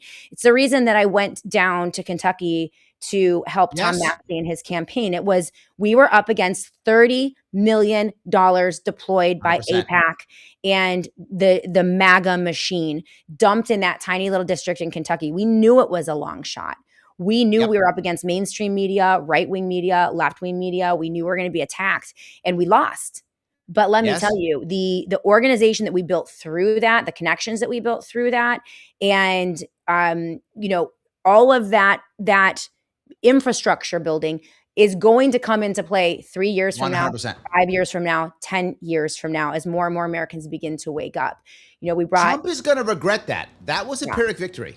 That was Oh, a yeah. Pyrrhic victory. He's going to regret that. Yes, he won that battle. True. But he Right. lost that war. The war is Absolutely. lost. He made the amount that he had to pay to win that battle in money, in time, in goodwill, in people Yeah. who support him, it was not worth it. He should have left Thomas Massey alone. That was a terrible fight. He should have never done it.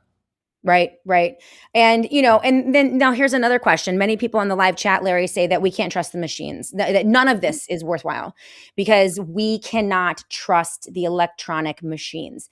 I tend to believe that, Larry. I tend to believe that it is very murky regarding the electronic voting machines, how they're counted, whether or not votes could be stolen.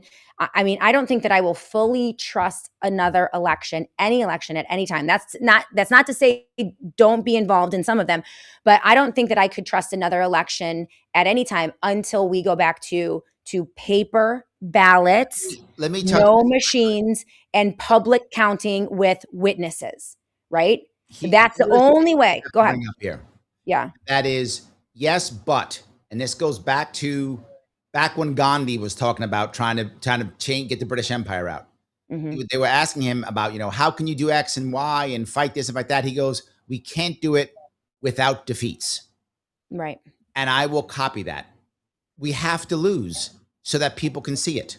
Yeah. If we just abandon it completely, and that's all we do is walk away, they will keep going. We've seen this in New York State. They're throwing out conservatives. They're throwing out people who believe in life. They're throwing them out and loving it because they keep winning. Good, go away. Go to Florida. They're throwing them out. We have to be so popular, me and you, Shannon, so popular that we're polling at 20, 30, 40%, that people know us throughout the state, that your guest host of Alex Jones show weekly, right? To that point where it's that popular, and then we come in at 2%. Right. They never go, wait a minute. How in the hell did Shannon Joy and Larry show up coming at 2%? Okay, wait a minute. Right. Now the average person says this is wrong. So sadly, I think we have to take some defeats. Well, it goes, recognize this. Right. Well, it goes back to who cares if the machines are rigged? We still go through the exercise of educating, organizing, building coalitions, regardless of whether or not the machines are rigged. And if we lose, we lose. Now, if it's, there's now I also believe in miracles because I believe in Jesus. And I worship a God that is much more powerful than any of the gods that these decrepit criminals worship, period. Right. So I believe in miracles. I believe that people can, wiggle through systems and actually get into a position to be able to affect change. So of course, anything could happen. But, do you see in the future, I mean, could you even fathom? Because I think everyone's getting really, really wary and creeped out by all the technocracy 100%. and AI and 100%. It's like all of the data, the surveillance, the mechanized everything, like the fakes, the deep fakes, the poly markets, the prediction markets. Like it's just very creepy. Could you see a return to paper ballots, something like that? Could you see certain things happening where we go back? Like we love technology and use it in ways that we want it, but there are certain things that are always better on paper and done by humans. Your thoughts? And I'm going to go back to what we talked about here. This someone's talking about. I think it's one of you guys says, "Wouldn't be the first time citizens went against the government with weapons." Look for the Battle of Athens. It is Athens, Tennessee, 1946. That actually happened in Athens, Tennessee. He is correct. That has happened, and no one was charged. World War II veterans took over a town that was corrupt with weapons. Whoa. And no one was charged. That actually happened. The Battle of Athens, Tennessee, 1946. He is correct in his thing. That actually happened. But here's how we'll have to work. Remember, all elections are local. So what does that mean? Could a county say, we're not following the state's guidelines? We are going to go and do paper ballots. Could that happen? Yes. Love it. Would the state fight them? Yes. Would the local people be punished in the party system? Yes. Which is why you have to be independent and not care about the party system. Right. So if you're independent and you don't care about the party system, you go, our county is going to paper ballots. We will still submit our ballots to you. We will still submit our election results to you. We will still do so, state, but we will not follow these rules. We will follow our rules.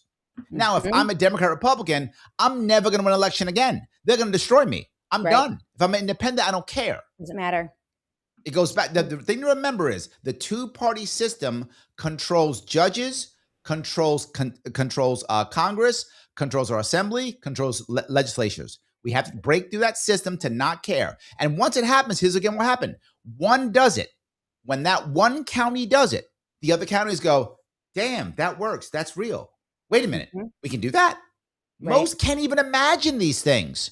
And then imagine after that, then the next county goes, we'll do that too. Oh, we're going to do this. Why are we beholden to this?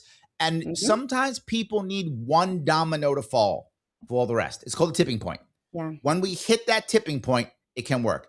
This is not easy, guys. I don't want to make your audience feel this is going to happen tomorrow. It's not. It's not. I've been doing this for 8 years. I'm not done. It's probably going to get another 8. But the sooner we start, the sooner we fix it. That's the issue. We got to start. This took decades to destroy. It's not going to take 5 minutes to get back. It just isn't. I want to give you hope because there is hope. The hope is the people you're talking to right now. Right. But I don't want to give you false hope that we're going to fix it tomorrow. No, it's a battle, man. And I think we're just in such dark times. We're in such dark and bizarre times that, where no one knows what's real. Everything seems fake. It's incredibly corrupt. Up is down, left is right. The sky is green, the grass is blue. Our politicians in Washington, D.C. are insane. People don't even believe that Lindsey Graham is dead and that Mitch McConnell is alive. Yes. No one, no one, it's just so I do. I've been saying for 13 years that I think we're approaching this tipping point. Like, I was ready to go 13 years ago. Like, I'm the same girl today that I was when I started the show. And I've pretty much been here the entire time waiting for people to catch up, and, but I think they are. You can see it, can't you? Yeah. Yes. Yeah, I see it too. Everyone knows that it's all fake. Everyone knows that things aren't right.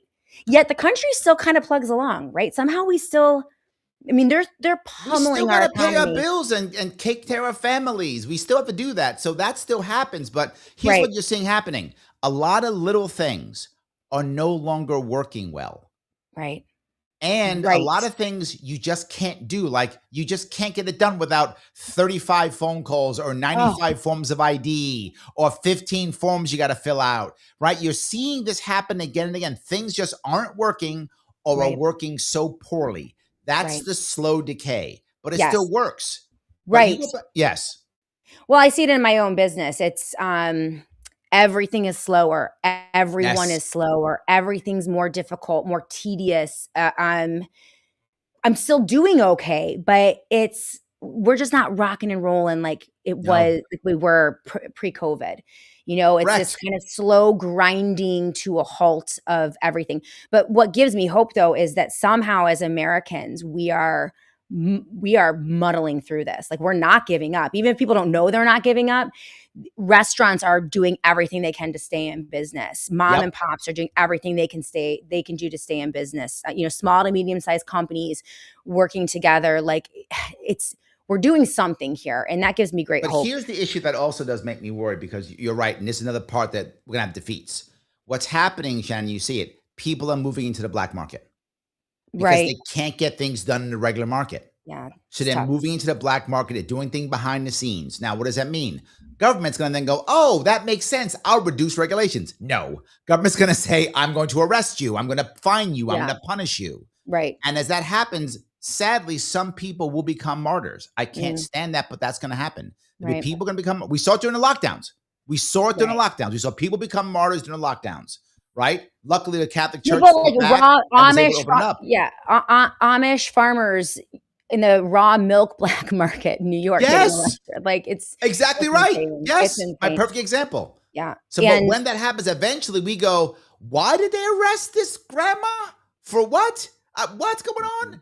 And when that starts happening, the flock cameras, perfect example of exactly what I'm talking about. Yes, exactly. Let's keep flocking. I love it. I love it. Yes. Saw those cameras down. I'm a big fan. You understand, you might be, messing with private property.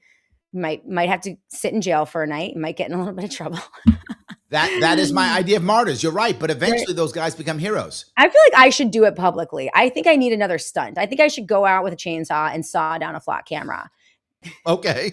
And dare them to arrest me. It's like with the when I go to court, I get arrested, so it's fine too. Okay. Listen, I've been now when I did get arrested for not wearing my mask properly, handcuffed and thrown in the back of a cop car and charged with whatever it was, misdemeanor. That was not on purpose. I did not know that I was going to be arrested that day. I crossed my heart, hope to die.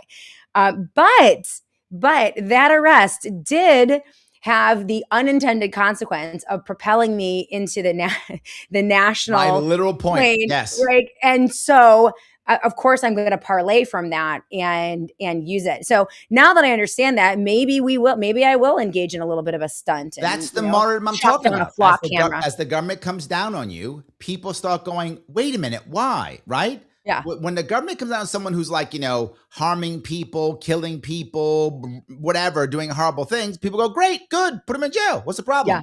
But Yeah. you didn't put your mask on right? Why are you in the back of a police car? You Right. sold raw milk? Why are you in the back of a police car? What? Exactly. That's, crazy. I think, yes, that is what I think is our future. I think it kind of has to go that route, which is sad, but I think sometimes true. I think that's our future. Our future is those types of pushback with an independent party that will get behind it. Because imagine, again, I'll go to the next space. Imagine if we get, and we did in 2019, we had a libertarian DA elected. Imagine if we had a coalition party DA elected in a state who simply refused to prosecute. Right. Do you see my point? Yes. One DA goes, I'm not prosecuting that. It's garbage. I'm not doing it. No. One DA does that. The rest go, huh. Yeah. Now I'll tell you what, we got to go because we're running out of time here. But a lot of people come down. I could talk to you forever. I know you could. Listen, during COVID and those lockdowns, we saw how important those sheriffs were, those elected officials, those locally elected officials. Yes. I was with a coalition of advocates in the sheriff's office. I mean, we were watching him with an eagle eye. We were saying to him, you cannot arrest people for not wearing masks. You cannot arrest people for not, complying with social distancing. You cannot arrest people for not complying with quarantine. I mean, we were all over that sheriff. Yep. And to his credit, he didn't arrest anyone but me. I was the only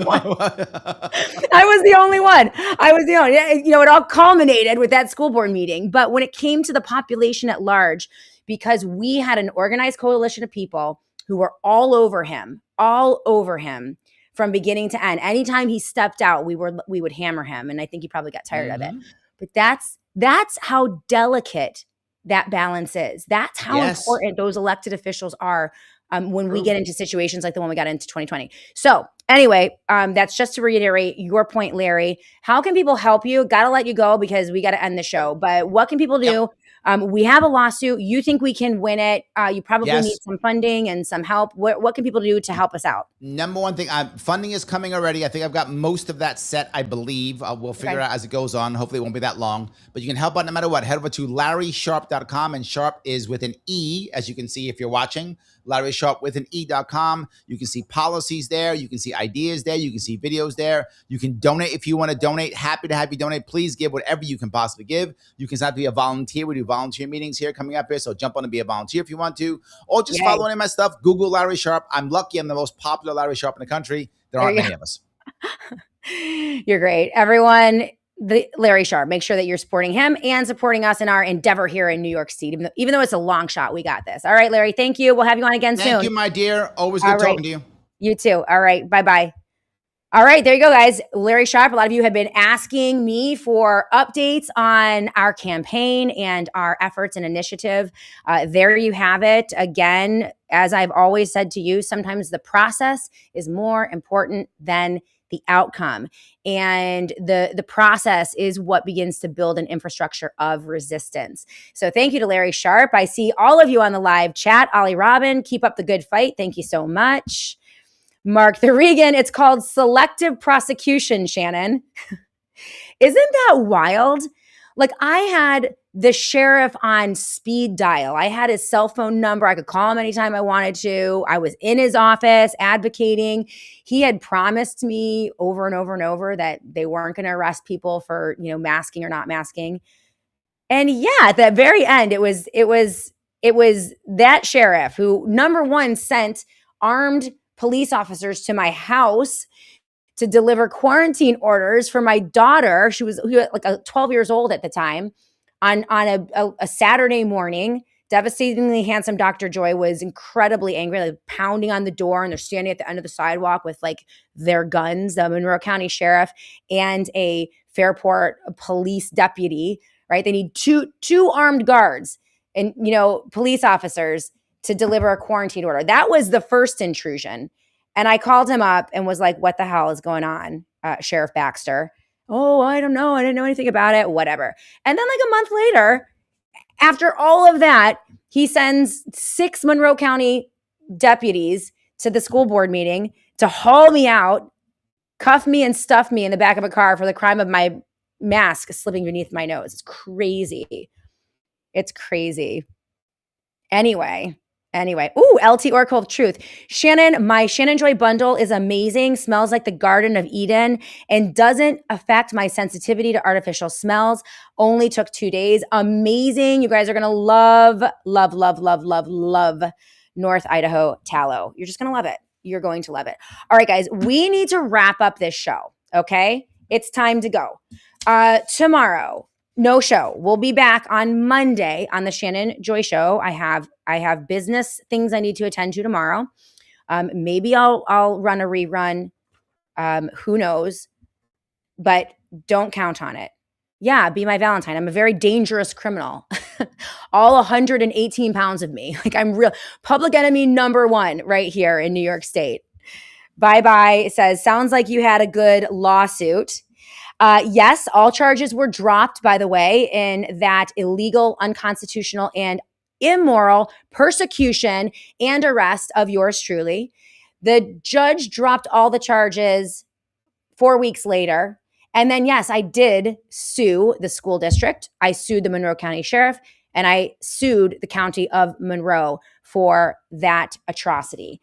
And I am not at liberty to say what happened, but I'm just going to leave it at that.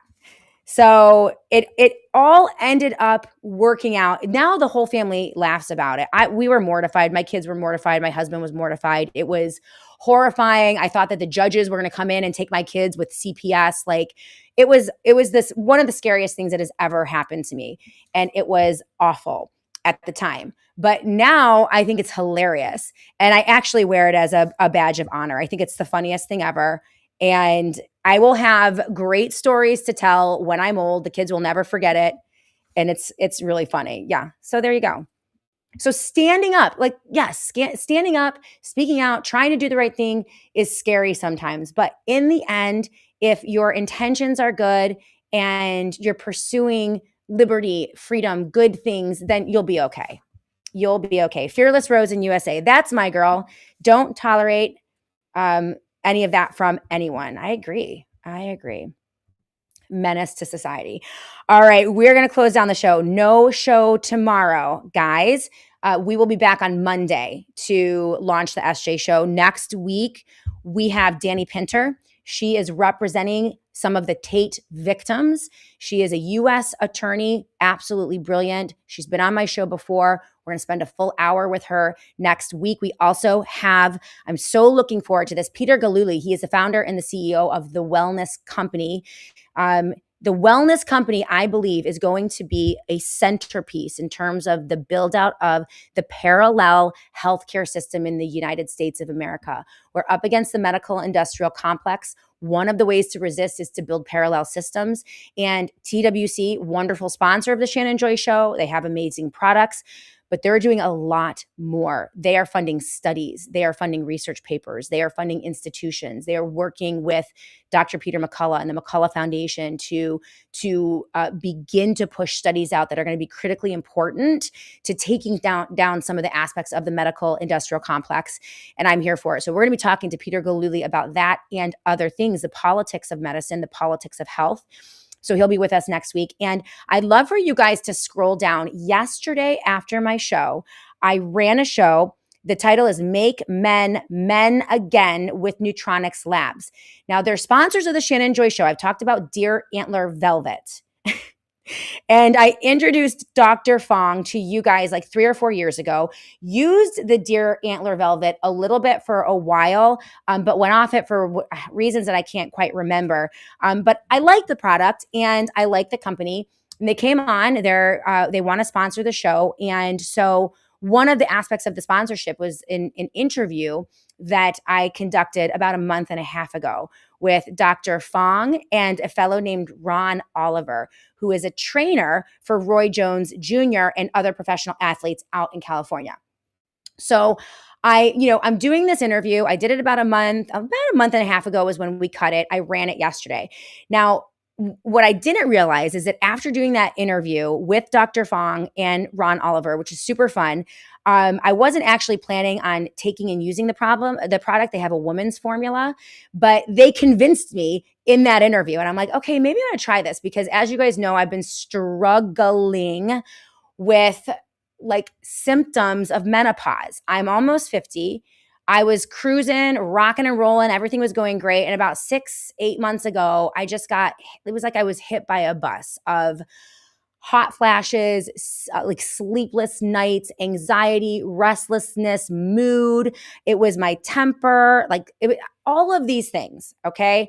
And I'm like, what is going on? What is happening to me? I think I'm going crazy. Brain fog. That was a huge one, trying to do my show. I never realized how impactful hormones, like when you're going through these changes, could be. I thought I was going to be fine. And so I decided to go on the women's formula. It is IGF-1. It's derived from deer antler velvet. It is all natural, completely natural, not synthetic at all, no artificial anything. And it helps to build testosterone, just a little bit of testosterone. Ron Oliver was like, listen, I have a lot of women that I'm training. They all use the deer antler velvet and they don't have any symptoms of menopause at all. None. I didn't believe him. I'm like, are you kidding me? I don't believe you at all. So anyway, I decided to go on the deer antler velvet. Devastatingly handsome Dr. Joy is like, what are you taking? It's a little dropper. I started about a month and a half ago. And I cannot believe how well this product works. Knocked out almost everything, including, I don't want to go too deeply into this, but including like the low libido thing. I'm just saying devastatingly handsome Dr. Joy is very, very satisfied with this product as well. And so am I. It's just amazing. I did not realize how well it was going to work. It is like a must for me every single day, twice a day, knocked out the hot flashes, knocked out the sleepless nights. I feel myself again, energetic. I just cannot recommend this product enough. Now, they have all kinds of stuff for men. In fact, most of what they do is for men. It's testosterone, that type of thing, all natural, right? So nothing synthetic, which is why I love the product. I think it's, a smaller market share that they use for women. But it's a huge discount. LT Oracle's Truth, it's a 50% discount if you sign up for auto ship. So you got to do the auto ship. You can cancel it if you don't like it. But I just love this. I love the product. It's so good. My husband noticed such a difference that he's like, I have them send me some as well because he wants to try it. So it is absolutely safe, absolutely natural. Neutronics is it's the world's leader actually in IGF-1 derived deer antler velvet. And Bruce Fong and Ron Oliver were great. I want to have them on again. In a couple of months, I will continue to update you on my product, on my progress. Never thought that would be such a big deal, but I do love this product. So it is linked in the show notes, I believe, neutronicslabs.com/joy. You can get a straight up discount without the auto ship. I think it's 10 or 15% with my Joy promo code. If you want 50% off to try it, you have to sign up for the auto ship, but you can cancel that at any time. So deer antler velvet, IGF-1, Neutronics, love them. So scroll down. The title of the show is Make Men Men Again with Neutronics Labs. And you can even hear me vacuuming in the background because I ran the show yesterday. It was a pre-recorded show. And I was cleaning up my studio and, running the vacuum. And some of you were watching and laughing because, again, another shumble. Now Dr. Joy has sleepless nights. I'm just saying. I don't want to get too into it, but yes, it's great. I'm just saying. So you guys have a wonderful weekend. I had a great time with you guys this week. First week back after vacation is always a little bumpy, but I think we did all right. Lots of great guests. Make sure you go back and watch that interview with Marjorie Taylor Greene from yesterday. It was fire. She was on fire.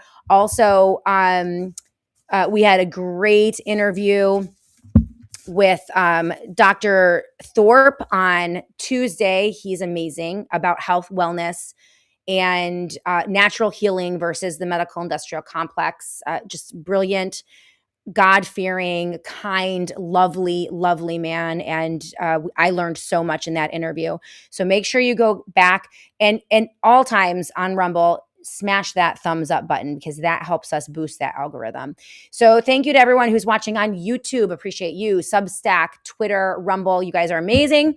We will be back on... we got to keep the home fires burning, guys. You know, long, healthy marriage, you got to keep those home fires burning. And yeah, I'm here for it. LT Oracle of Truth. I see your comment. You guys have a great weekend. Thank you for being with me today. You're amazing. We'll be back on Monday to do it all again right here on the Shannon Joy Show.